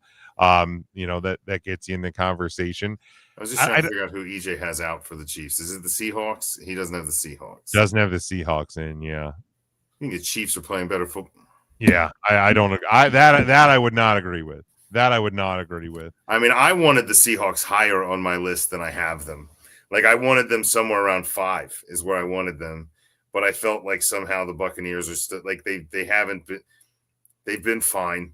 Like the Buccaneers will fall farther, but for now we'll hold. And the Colts, I like. I think the Colts and Seahawks are going to be my 2 little like fun. Let's ride this train kind of teams, and always try to get in front of a TV while they're playing. Because I like the way that both those teams are playing football, and I think they're playing very similar football to each other. Yeah, I think so too. I think they're fun. They're gonna win games that people probably would have thought they wouldn't have, like when the season started. Yeah. And I think if I still got the Rams winning the West, I still like the Rams to be the best team out there. But if you were going to tell me they weren't going to win the West, a lot of people are going to think it's the 40. I think the Seahawks would be the team that would challenge them. I think the Seahawks, when all the rising and the falling happens, I think the Seahawks are ahead of the 49ers. Even though my preseason prediction, I had the 49ers in. I had the Seahawks just out. I think with the injuries that have taken place and the 49ers just generally being not likable, I'd rather see the Seahawks in than the 49ers anyway. Oh. Yeah. I have questions real quick from Mike. Yeah, well, hold on. So what are Steelers here? Sean, the only one had the Steelers here? No, and Mike too. So is the Mike Sean question. 3-1, not impressive though. And that's why I said it's reluctant. I don't. While you were on the phone, James and I were having a conversation about just this exact thing. Okay. It's one of those where it's like I have them in. It's not by default, but I just kind of felt like I had the Ravens real low. I have the Browns real low, and we're not really sure where the Bengals fall. And I just kind of was like, I'm going to get them on my list now because if they start winning games, I'll look really smart. But basically, they'll find their way out at some point. I hope they just fall out and the bottom falls out. That's what I want to happen. Well, right. But I do think that the Steelers, they have the room to get better. AFC North become the worst division in football? Isn't that crazy? Well, that's by default because of injuries too. Also, but here's the thing, though. What an amazing thing! Yeah, for real. But I'm very excited for this. But there's also room for the Steelers to get better too. Also, like, can Rodgers play better? Yeah. Can the Demons get better? Yeah. So if those things do play out, and that's I don't think Rodgers can play better than he's playing right now. I don't know. I feel like you're seeing. I actually agree. I think he's at the peak of whatever. I mean, I think he's very aware because he's not throwing the deep stuff. He's like he's letting DK Metcalf do things on he's right. That long chances a game and that's it. That 80-yard touchdown pass was a 13-yard screen that DK Metcalf I'm less concerned about Rodgers and more concerned about the defense. Well, the defense is giving up more points than they're supposed to. Yeah, that's what I'm saying. That's a concern of defense. So, but yeah, I feel a little too high, and that's how. No. One of the best coaches of all time. The Seahawks. Can I? Everybody keep playing that. You three all had Seahawks here. I almost pulled the trigger on that one. I almost did. Also, just talked about them, but they're. I was just talking. I'm super high on the Seahawks, and if I had my druthers, I would have bumped the Buccaneers and the Colts down and probably put the Seahawks at 5. Can I have a hot take? Can I have a hot take, Jim? Go ahead. Yeah, go ahead. I got a hot take button. It's going to be the same take I just made. Go. I got the button. Go ahead. Sam Darnold might be a top 12 within quarterback league right now. Okay, it was not my take, and I take it all back.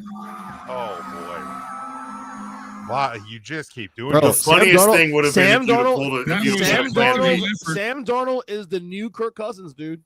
Oh my God! Oh, Can my. you just hit the boom, boom, boom, boom? Like, I feel like that would have been super. Bro, That I hate was to a say heck it, of an effort. dude. I hate to say it though, bro. Sam, look, You should hate to say it. We That's have your the brain whole telling you this is a terrible We have idea. the Minnesota year of a sample. We have the Okay, first the 4 hell games was here. that? Is he going to win you a playoff game and whatever? No. Can he get you to a playoffs with a decent team around him? Yes. And it seems like where Seattle's going right now, that could happen. San Fran is not right now. I might take Seattle over San Francisco. He not only rambled, but he rumbled even and stumbled. Even though San Fran beat him week 1, I do think Easy that Seattle loopholes. might be better than San Francisco right now. So if Seattle's in the playoffs by the end of the year, I'm not surprised. Dave, rain day ain't cold, but Hey, fuck you.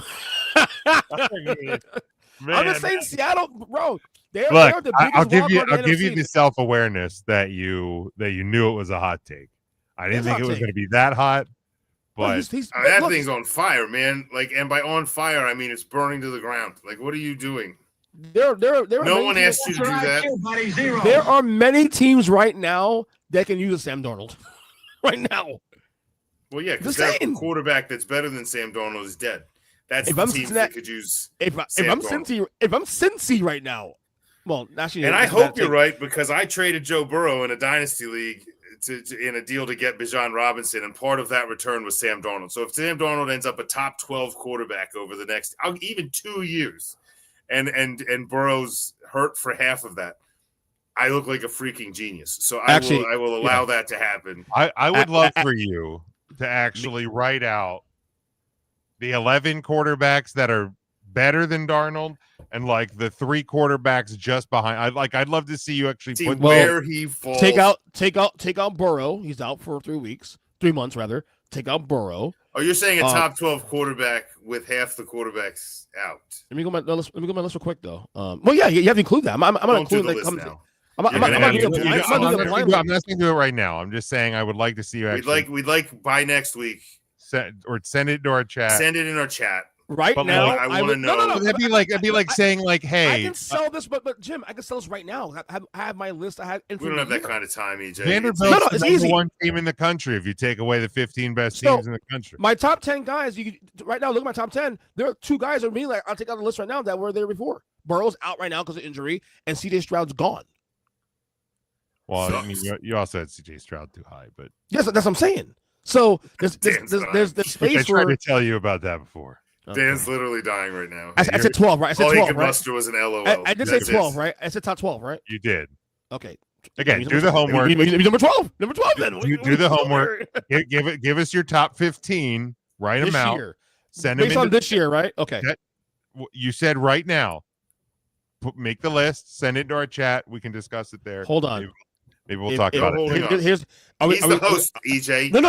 I'm asking a question though. Are we talking about this on the show next week, or just doing it on a side thing? I'll decide, but maybe we Let's can do a maybe side we thing can at the put it end in. that brings it up. Because I think that's a good idea. if he shits the bet against Tampa Bay this week, then I can't defend it. You know what I'm saying? You have to send us the list before week 5 starts. Oh, You got to send us that list this coming week. You said right now. You said right now. And I'm Right going now, based he's a on- top 12. I'm going based on this year and pretty much last year too, also. So Your words were Sam Darnold is right now the 12th best quarterback in the 12th NFL. best. I gotta prove- possible. I gotta Now, prove if it. you make your list and you're like, sorry, I was wrong, he's 13, I'll allow you to do that. Yeah, Okay, cool. yeah, it's Bet. that plus Bet. minus of 1 But there. you can't be like, okay, I was wrong. He's actually 21. right. Like make the list, give us the top 15, and I want to see where you put I Sam. want to see where he's at. Working on it right now. I think it's a good play, and we can talk about it later. But I think it's going to come down to like my 8th graders being like, "What do you mean Baker Mayfield's not a top 10 quarterback?" I said, "Well, that means there's 10 better quarterbacks. That's what that means." Well, I know what the math is hard. We know what number 1 is right now, so that's Anyway, All right, Daniel Jones. any other questions here? No, that's it. I think it's we're gonna close up the power rankings Shut it for the down. week. We're gonna move on to how we close up the show each and every week.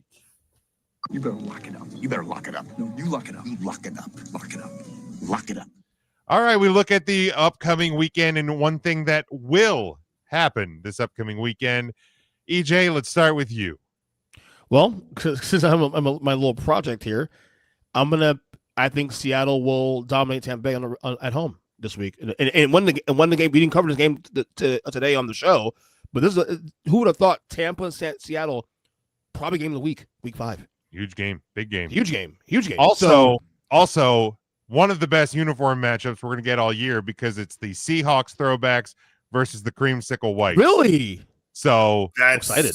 Embrace the shit out of this game. Oh yeah, I'm gonna be watching that.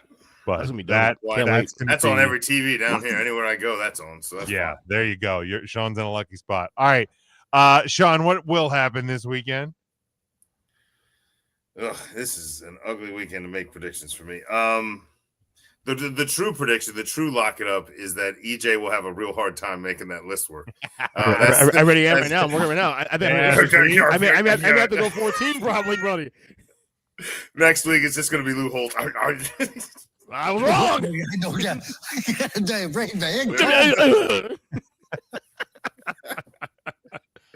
All right, so I'm going to go out on a limb here. I'm going to actually. I want to call this is going to be. I don't know if Jaguars probably over go to the Chiefs. hospital. What was that now? No, I'm going to take my lesser of two. I'm going to hold on, take Sean. Hold on, Sean. This is going to be EJ next week. Probably go to the hospital. I'm going to have a Cuban cigar. Probably go to the hospital. It's a great sound bit. It really is. It's just one of those. It's a great one. So I have two. My long shot that I'm not going to lock in is that Dylan Gabriel wins his first start against the Minnesota Vikings. It's a near lock. My lock of the week, though, is that the Kansas City Chiefs train falls short and the Jacksonville Jaguars make them look silly in Jacksonville on Monday Night Football. And the Jaguars take that. The Jaguars not only cover the 3.5 or whatever. If that happens, EJ moves them to 8 in his. And the Jaguars beat Pat Mahomes and the Chiefs. Well, he'll keep him in because they lost to a team in his. Didn't you? But they lost to a team that everyone else likes. So Jim knows the Chiefs size. That's my lock. Yeah, he's like everybody else. Everybody else said they're good, so they're good. He doesn't sign by this. If you'd have told me I would ever imagine 3 years ago, you're like, your lock it up is that the Jacksonville Jaguars are going to beat the Kansas City Chiefs. Beat the Chiefs. I'd be like, well, I'm just going to quit doing this then. On Monday Night. I'm just done. I'm going to walk away. This is a terrible career choice. All right, mine. I made a similar one last week, and it didn't work out. It got close in like multiple ways, but it didn't work out. So I'm just going to double down. And I'm going to go back to it. There you go. And I'm going to get even stricter with it. So there are 5 games featuring a AP top 10 opponent playing an unranked team. You have number 9 Texas traveling to the Florida Gators. You have number 7 Penn State traveling out west to UCLA. Number 6 Texas A&M hosts Mississippi State. Or no, was that this past? That was this past week. Did I have that game wrong? Oh no, Mississippi State had played, or do I have that wrong? Let me pull that up real quick. Maybe I had the wrong game. Oklahoma hosts Kent State, and number 1 Ohio State hosts Texas, or hosts Minnesota. Excuse me. Sure, would be fun if it was that one. I'm trying to do that. That would be wild. Rumbling. Oh yeah, no. Texas A&M barely beat Auburn, so yeah, it is. They do have Mississippi State this week. So 5 top 10 teams hosting or playing against an unranked team, and one of them, at least, but one of them will lose to an unranked team. So lock it up. I got close last week. Of the 5, the one I think is most likely, weirdly, is Texas losing to Florida. I feel like that's the most likely one. That feels like one where Florida needs to salvage this thing somehow. Yeah. And Texas just stinks compared to what we thought they were going to be. Man, I don't think Florida's that bad. I think Lagway's been fucking terrible. Yeah, look, I tell you what, I know we talked about the one game doesn't cost a guy a career, but if Penn State goes out to the Rose Bowl and lose to UCLA, that like back-to-back losses, and the UCLA is bad. Yeah. It's going to get real loud. The one team that was so good they left the Pac-12, and the other team that has no choice but to stay. Right. Yeah. So, look, Kent State obviously not a good team. Oklahoma, I think, his first game without Mateer, the quarterback. So they're going to be a different team. That one would be wild as well, especially in Oklahoma. But all right, that's where we're going to close up the book for this week. Sean, let them know where they can follow you. Well, besides in front of the TV watching all the Philly sports doing well, I'm going to be on the Twitter. We're going to be there at Sean Shine State. We're going to be probably posting some funny photos. I'll probably make my own top 15 quarterback list to just throw it up there on the Twitter. If you'd like to go on there and check it out, give me a like, give me a follow, give me a whatever. But otherwise, don't follow me, follow the Eagles, follow the Phillies, follow their opponents, and root against the Dodgers. There you go. EJ, let them know where they can follow you. Yeah, we're working on this list. It's getting tough. Yeah. But you can follow me on X at EJChristian7 on Twitter, whatever you guys call it. Early podcast. We're putting out content every day, Monday to Friday now. It's been really, really fun doing that. On YouTube at Ernst Week Podcast, Ernst Week Pod, TikTok as well too. By the way, there was a segment of my show last week I did with my friend Steve Borstein. I pulled out a segment about Juan Soto. This shit went fucking viral. 15,000 views already. Yo, nice. Fucking crazy. That's always nice when you get one that just catches a heat. Yeah, I'm like, what the fuck? Out of nowhere, bro. Like, you get the right person to share it one time, just right. It's going nuts. And people are pissed off about like what I'm saying. What he's saying really more than else because he was calling him a cancer and all this shit. He don't give a fuck, bro. So yeah, but yeah, that went nuts on there. So yeah, follow me on all those places and great shows always, guys. I had a good time. Yeah, the only reason I'm saying to you to do the list, I used to work with a guy who anytime that like he talked about a player that was like getting hot or was having like a good year, he would always say either top 3 or top 5. And I'm like, my guy, there's literally only 3 people that can be in the top 3, right? And like and because I would call him out on it, then he would stumble. So I that's why I called you out. So when I do the list, though, I'm right now. I'm doing it based on this year alone. I'm doing it based on what I may do. You said right now, so that's fine. Right now. I may do a tier system actually for this. So look out for that. I may open. I expect tiers already. Yeah, but I want to see tier 1 Josh through Allen. 15. I don't want to see.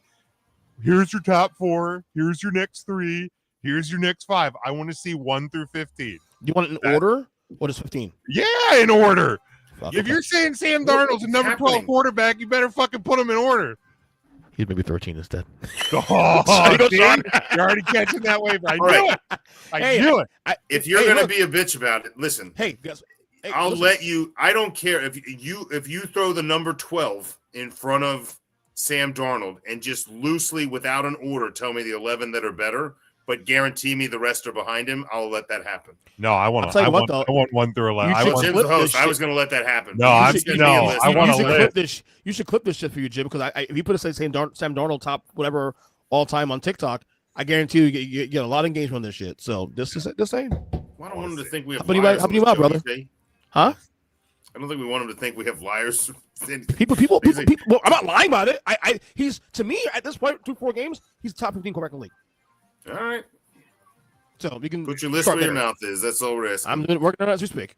All right, Jim. You can find me at Big Jim Sports. That is on Twitter, Blue Sky. You can, but most importantly, just follow the show. We are at Huddle Up Podcast on Facebook, Blue Sky, TikTok, and Twitter. You can get us on Instagram at Huddle Up Podcast Inc. Again, you can follow the show all year on YouTube. We do have not only the live show, we have clips, we have shorts that go on there on TikTok as well.